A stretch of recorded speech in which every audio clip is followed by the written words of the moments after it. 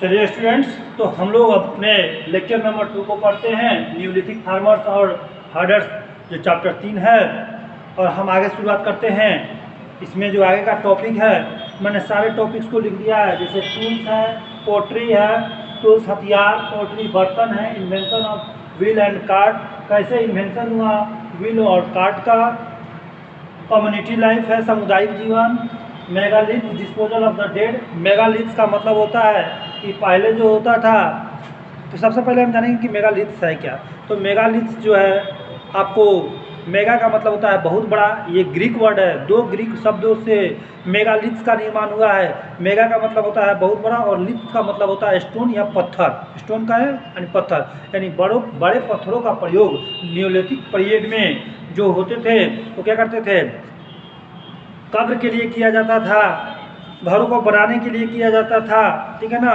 तो इन बड़े बड़े पत्थरों का प्रयोग मोनूमेंट्स को बनाने के लिए किया जाता था। तो वो मोनूमेंट्स में आपको कब्र भी मोनूमेंट्स के रूप में ही आते हैं।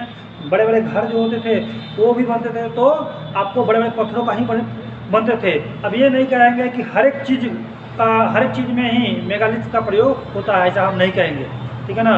तो मेगालिथ के बारे में पढ़ना है, पैलेलिथिक एज में पढ़ना है। पैलेलिथिक एज का मतलब होता है ताम्र युग, यानी ताम्र युग का मतलब होता था कि उस समय, जिस समय न्यूलिथिक पीरियड में, न्यूलिथिक एज में लोग जहाँ पत्थरों का प्रयोग करते थे, तो जब तांबे का खोज हुआ, मतलब तांबे का खोज हो चुका था, तांबे, न्यूलिथिक एज में लोग पत्थरों के साथ साथ ताम्र, जो तांबा होता है, उस धातु का भी प्रयोग करना स्टार्ट कर दिए, क्योंकि उन्होंने उसको खोज निकाला और तब उसको पत्थरों के साथ उसका प्रयोग करना उन्होंने स्टार्ट किया।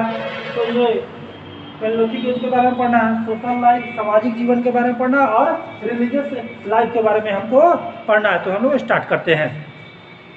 During the Neolithic age, people began to produce polished and fine cutting tools.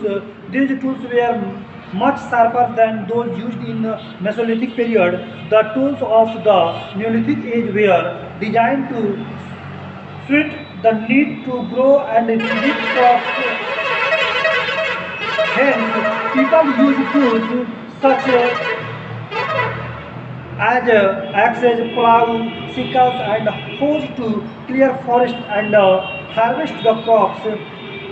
To grind grain, they use a kind of rounded stone that resemble the mortar and pestle used today. Besides, they also made spindles and home needles.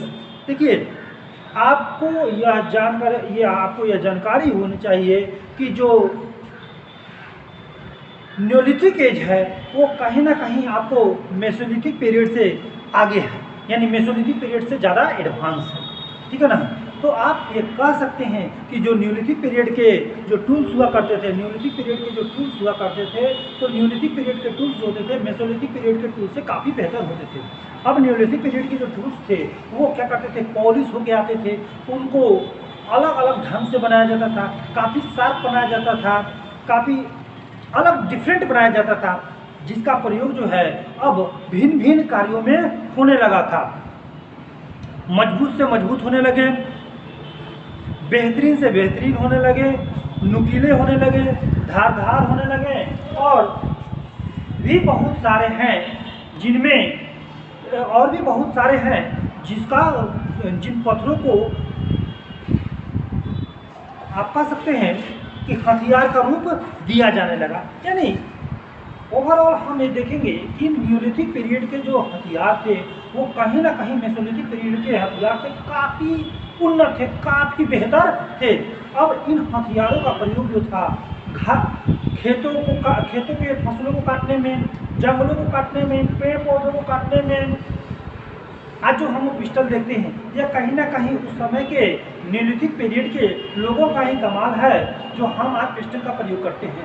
जैसे आप पहले देखते थे कि पत्थरों को एक machine के थ्रू क्या किया जाता था, एक जगह से दूसरी जगह नचाकर फेंका जाता था, अर्थात वो राउंडेड टाइप का मशीन था, उसमें लगा दिया जाता था और खींचने पर वो पत्थर दूसरे जगह जाके गिरते थे।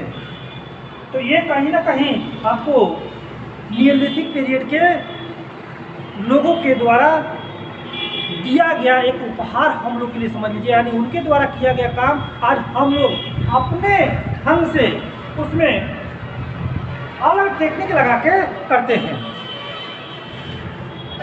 कल के डेट में जो अनाज को हम लोग पीसते थे ग्राइंड, आज हम लोग तो मिल में जाकर पिसवाते हैं, तो ग्राइंड करते थे, पीसते थे, तो कहीं ना कहीं वो पत्थरों का ही प्रयोग करते थे। 2 पत्थरों के बीच में अनाज को रखकर और तब उसको चलाकर हम पीसा करते थे। आज हम मिलों का प्रयोग करते हैं, तो कहीं ना कहीं नियोलिथिक पीरियड के लोगों पर दिया हुआ देन है, जो हम चाक समझते हैं ना, चाक का प्रयोग किया जाता था। और नियोलिथिक पीरियड में चाक का प्रयोग नहीं किया जाता, उसको एक अलग ढंग से किया जाता था। बाद में उसको हमने क्या किया, उसको उसके टेक्नोलॉजी में अलग परिवर्तन किया और उसको एक अलग शेप दिया, और उस शेप का प्रयोग हम धीरे धीरे बदलते गए, और एटलीस्ट बाद में हम उसको चाक के रूप में जानने लगे, जिसका प्रयोग हम लोग अनाज को पीसने के रूप में करते थे। Some time of the Paleolithic and Mesolithic tools continued to be used during the Neolithic age. कुछ ऐसे पैलेलिथिक और मेसोलिथिक एज के टूल्स हैं जो न्यूलिथिक टाइम में भी प्रयोग किए जाते रहे हैं। पता है कि microliths about which we have read in the previous chapter we used in sharper and arrows। Microliths, अभी मैंने बताया कि माइक्रोलिथ्स का मतलब होता है बड़े स्टोन को हम लोग माइक्रोलिथ्स करते थे, और इन बड़े पत्थरों का प्रयोग हम लोग क्या करते थे। देखिए क्या कहता है कि microliths about which we have read in the previous chapter में, पिछले चैप्टर में हमने माइक्रोलिथ्स के बारे में पढ़ा है। अब पता है जिसका प्रयोग हम स्पीयर्स, भाला और तीर बनाने के रूप में करते थे। These were made of basalt and flint tied to pieces of wood or bone for a firm grip. At sites such as Burjhom and देखिए इन पत्थरों का प्रयोग कहीं ना कहीं हम अलग अलग, जैसे ये वुड लकड़ियों में क्या करते थे, लकड़ियों में बांधकर, लकड़ियों में उसको फ्रेमिंग करके उसको उसी में सेट करके इन हथियारों का प्रयोग हम करते थे। इसके बीच में लिखा हुआ है सम ऑफ, ये देखिए यहाँ पर, at site such as Burzahom and Gufkral in Jammu and Kashmir stone axes have been found in large number beside stones blade, stone scales, chisels, etc. have also been found in the Deccan, North East and छोटा Nagpur plateau. अर्थात आप कह सकते हैं कि ये जो वस्तुएं हैं, ये जो टूल्स हैं, आपको जैसे आपको दिया गया है कश्मीर के क्षेत्र में, बुर्जहोम में, गुफ्तार जो जम्मू में एक जगह पड़ता है, ऐसे ऐसे जगहों पर इन स्टोनों को हम लोगों ने क्या किया है, पाया है, इनके साक्ष्य को पाया है। अब पता है पोट्री मन होता है बर्तन। पता है कि as farming increasingly, as farming अर्थात आप कह सकते हैं कि जब किसान जो है खेती करने में, खेती करने में, यानी खेत जो हमारा एग्रीकल्चर है, यानी जो खेती करते हैं हम, तो उसके क्षेत्र में जब हम आगे तेजी से आगे बढ़ने लगे, तब हमको अनाज को रखने के लिए कुछ ना कुछ तो चीज़ चाहिए। तो उसके बाद से पोट्री का निर्माण हुआ, यानी बर्तनों का निर्माण हुआ। कहता है as farming increasingly became a popular practice and therefore expanded the Neolithic people felt the need to store food grains they produced. अभी मैंने बोला कि न्यूलिथिक पीरियड में जब खेती के क्षेत्र में काफ़ी परिवर्तन हुए और जब हमको अनाज रखने के लिए वस्तुओं की, किसी न किसी वस्तु की आवश्यकता होगी, तो उसके बाद हम लोगों ने क्या किया कि पोट्री यानी बर्तन को बनाने का काम किया। They started making pots and vessels for storing food grains. अर्थात अनाज को ही रखने के लिए, वस्तु को ही रखने के लिए हम क्या करते थे, बर्तनों को बनाना स्टार्ट किए, वेसल्स को बनाना स्टार्ट किए। अब पता है कि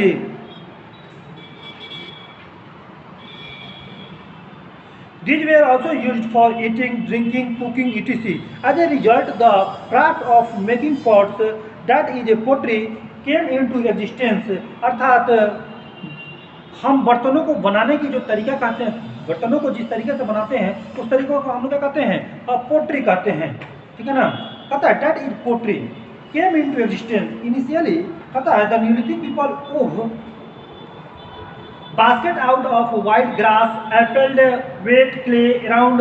मैंने हम आपको ये बता दें कि जब खेतों के क्षेत्र में काफ़ी परिवर्तन हुआ, जब वस्तुओं को रखने की आवश्यकता हुई, तो हमने भिन्न भिन्न प्रयोग करके बास्केट का मतलब ये हो गया कि आप जो घास होते हैं उस घास का प्रयोग कर हम टोकरी को बनाते हैं, घास से ही हम टोकरी को बनाते हैं। यानी जैसे खेती में हम लोग डेवलप किए, खेती के क्षेत्र में जब हम लोगों ने विकास किया, तो जब खेती के क्षेत्र में हम लोगों ने विकास किया तब हम लोग की आवश्यकता बढ़ती गई और हम लोगों को बर्तनों को भिन्न भिन्न आकार और रूप देते चले गए। अब हम लोग पढ़ेंगे invention of the wheel and cart, कि व्हील और कार्ट का इन्वेंशन कैसे हुआ।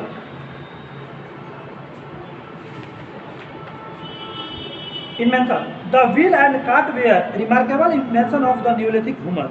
It is possible that a log or a stone rolling downwards sparked of the idea of the wheel.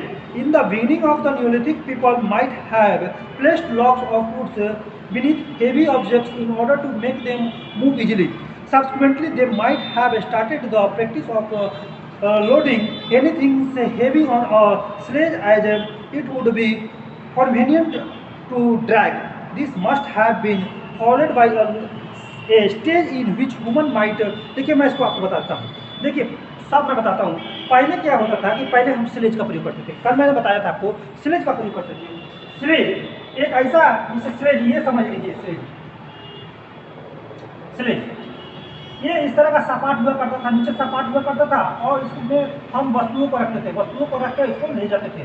तो ये उतना हमारे लिए आसान नहीं होता था, ठीक है ना, ये उतना आसान नहीं होता था क्योंकि इसको खींच कर ले जाते थे, कंधे पर या शरीर पर तो नहीं रखते थे, इसमें इस पर रख के ले जाते थे। तो ये हमारे लिए मुश्किल था क्योंकि इसको ऊबड़ खाबड़ जगह पर चलाना बड़ा मुश्किल होता था।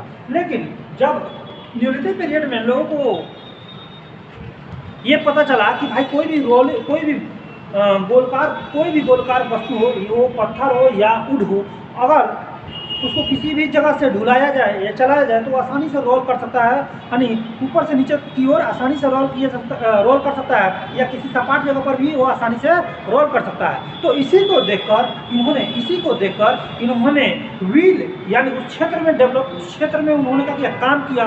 और काम करने के बाद उन्होंने मोटे लकड़ी के जो लट्ठे होते थे उसको क्या किया कि उसको उन्होंने अलग अलग शेप में काट कर, और तब क्या किया, उन्होंने उसको पहिए का रूप दिया। अलग अलग शेप में लकड़ी के मोटे लट्ठे को काट कर उन्होंने लकड़ी के जो मोटे लट्ठे होते थे, ये लकड़ी के मोटे जो लोग होते हैं, लट्ठे होते हैं, इसको काट कर उन्होंने, ये गोलाकार का कोई लकड़ी का लट्ठा है और इसको उन्होंने काट कर क्या किया, एक जैसे बड़ा लकड़ी का लट्ठा है तो उसको ढुलाइएगा तो उसको ढुलाने में दिक्कत होगा, उसको जब काट लीजिएगा तो उसको ढुलाने में आसानी होगी आपको। इस तरह से क्या हुआ कि धीरे धीरे करते करते हम लोगों ने व्हील का आविष्कार किया, और इससे क्या हुआ कि हमको अब सामान ढोने में दिक्कत नहीं होती थी।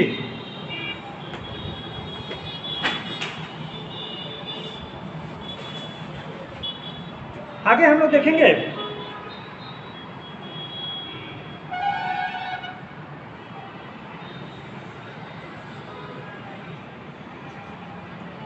कम्युनिटी लाइफ का मतलब था सामुदायिक जीवन। With the advent of agriculture man settled down permanently and began to live in village. A Neolithic village consisted of a few closely built houses surrounding by a common fence of a prickly bush or mud wall. During the Neolithic age, the concept of family became popular for the first time. The family living in the same Neolithic settlement were closely related. They shared the same custom, beliefs, and methods of worship. A group of family came to be called tribes. देखिए कहता है कि जब लोगों को खेती करने आ गया, टूल्स बनाने आ गए, यानी कुछ न कुछ क्षेत्र में जब विकास कर गए तो ये क्या करने लगे कि वे क्या कर एक जगह मड, जिसे कच्चा हाउस, जो कच्चा घर को हम लोग स्ट्रॉ मड का प्रयोग करके वे क्या करते थे, आपको घर बनाते थे, यानी कच्चा घर बनाते थे। और क्या करने लगे, वहाँ पर वे संख्या में रहने लगे, अर्थात आप कह सकते हैं कि जैसे 10, 15, 20, तो एक संख्या में रहने लगे। जब ये एक संख्या में रहने लगे तो उसको हम लोग क्या कहने लगे, गांव कहने लगे। और जब कोई 10-15 में अलग अलग तरह के लोग, अलग अलग तरह के मतलब सेंस है कि आपको 200, 300, 100, 150 इस तरह के जब संख्या में लोग बसने लगे तो उनका एक अपना अपना छोटा छोटा परिवार होता था, ठीक है ना, अपना अपना छोटा छोटा परिवार होता था। तो ये अपने लिए एक अलग अलग घर बना के रहने लगे, ठीक है ना। और लगभग लगभग सबकी जो परंपरा थी वो समान थी, लगभग लगभग सबकी परंपरा क्या थी, वो एक समान थी।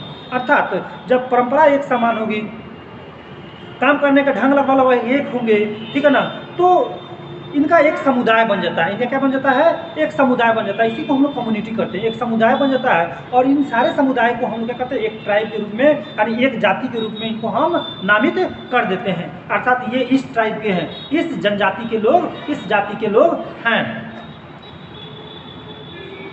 अब पता है मेगालिथ, मैंने अभी भी बताया इससे पहले मेगालिथ के बारे में। तो मेगालिथ हम उसको कह सकते हैं कि मेगालिथ का मतलब, मेगा का मतलब होता है बड़ा, मेगा का मतलब बड़ा,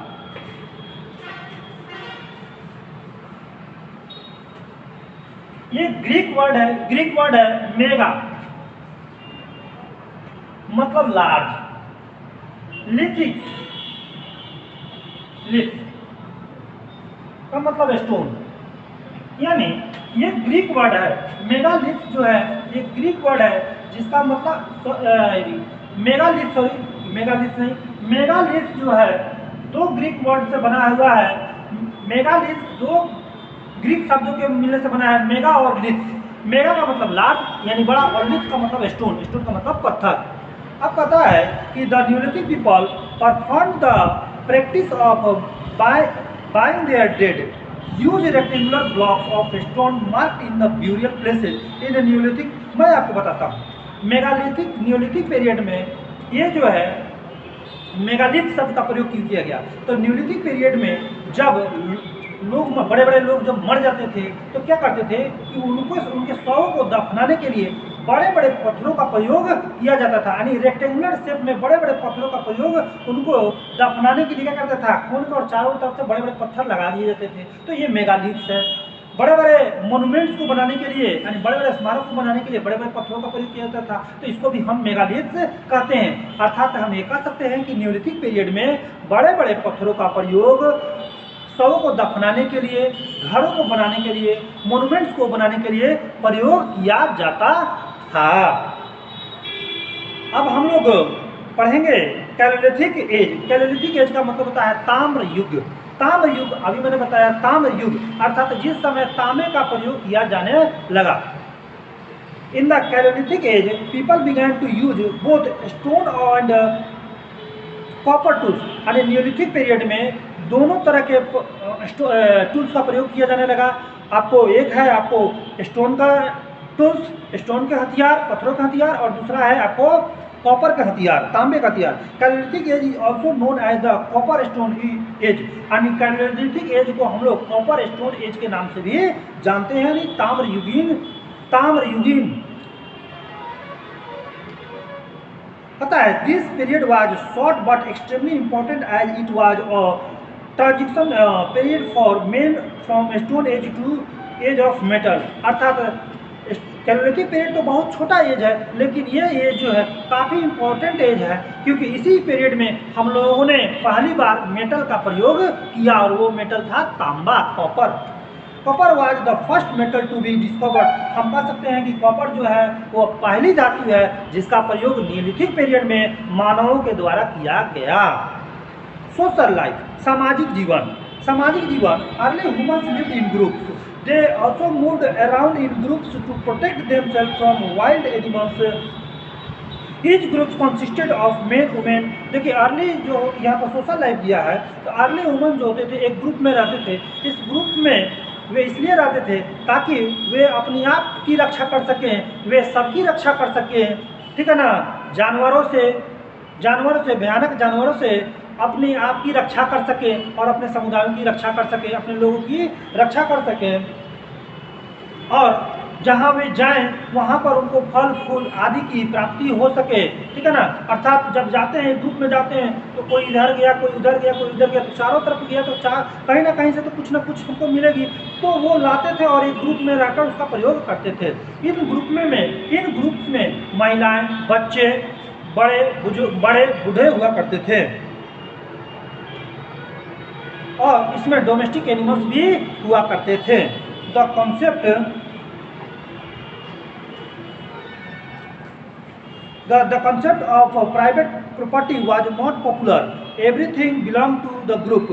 Simple division of labor existed then within the group. Each group had a leader. देखिए, पहले सरकारी कोई भूमि नहीं हुआ करती थी, सॉरी प्राइवेट कोई भूमि नहीं हुआ करती थी। कोई ये नहीं कि ये मेरी है, ये मेरी है। ये क्या होती थी? सारे ग्रुप्स के लिए होती थी, सारे ग्रुप्स के लिए समान होती थी, सारे ग्रुप्स का उस पर अधिकार हुआ करता था। जैसे, और सारे ग्रुप्स का एक लीडर हुआ करता था, सारे ग्रुप्स एक लीडर हुआ करता था। इन्हीं लीडरों के मदद से वे अपना काम संचालित करते थे, यानी लीडर जो कहता था वही काम वे लोग करते थे। Gradually the idea of private property emerged. Besides hunting and food gathering, people had many others duties to perform. Hence, the division of labor became more organized. Each and every member in the group was given a specific task. Some cultivated the fields, some had। देखिए, इसमें होता क्या था कि यहाँ पर जो दिया है प्राइवेट प्रॉपर्टी इमर्ज। देखिए, ये प्राइवेट प्रॉपर्टी इमर्ज का मतलब हो गया कि यहाँ पर एक बात बताया गया कि अगर लोगों को क्या किया जाए, लोगों को काम बांट दिया जाए, लोगों को काम बांट दिया जाए। अर्थात ये बता दिया जाए कि आपको ये करने हैं, आपको ये करने हैं, आपको वो करने हैं, आपको ये करने हैं। तो इससे क्या होगा कि सभी के लिए वो काफ़ी फायदेमंद होता है। तो इसको प्राइवेटाइजेशन नहीं करेंगे कि ये आप ही के लिए है। सब कोई अपना अपना काम करता था और अपने अपने काम करने के बाद सब कोई क्या करता था, उसको लाकर लीडर के सामने रखता था और लीडर उसका क्या करता था, उसको अपने हिसाब से जिसको जितना देना होता था, जिसको जैसा करना होता था वो करते थे। और पहले क्या होता था कि पहले ये भी होता था कि मान लेते हैं कि आप खेती किए, ठीक है ना, और चेंज करना, जैसे आप बार्ली की खेती किए, आपने वीट की खेती की, आपने बार्ली की खेती की, आपने वीट की खेती की, तो क्या करते थे जब एक्सचेंज प्रोसेस होता था तो पहले इस तरह का ये क्या हम लोग मेजरमेंट करके एक्सचेंज नहीं करते थे। पहले खेतों में से ही खेतों में क्या की जाती थी, एक्सचेंज कर दी जाती थी। अब है रिलीजियस लाइफ के बारे में हम लोग पढ़ेंगे। तो religious life, the early man was afraid of natural calamity as he was ignorant of the. देखिए, मैं इसको बताता हूँ। पहले क्या होते थे कि पहले होता था कि जो अर्ली ह्यूमन्स थे, जो न्यूलिथिक पीरियड्स के लोग होते थे, वो प्रकृति से काफ़ी डरते थे। भूकंप आया, कोई बड़ी प्रकृति आपदा आ गई, ठीक है ना, कोई बड़ी प्रकृति आपदा आ गई, किसी तरह की प्रकृति आपदा आ गई, किसी तरह का कुछ हुआ, तो वो ये मानते थे कि ये प्रकृति की देन है और प्रकृति की ही वे लोग पूजा करते थे। वे किसी और उनकी पूजा न करके प्रकृति की ही पूजा करते थे। उनका मानना था कि प्रकृति की पूजा और सेवा करने से वे इन सब बाधाओं से दूर रहेंगे। आप क्या कीजिएगा, अपने से पढ़ने का कोशिश कीजिएगा, प्रयास कीजिएगा, ठीक है ना। आपका जो ये चैप्टर है 3 ये खत्म हो गया। इसका जो क्वेश्चन आंसर है आपको PDF के थ्रू मिल जाएगी। Thank you.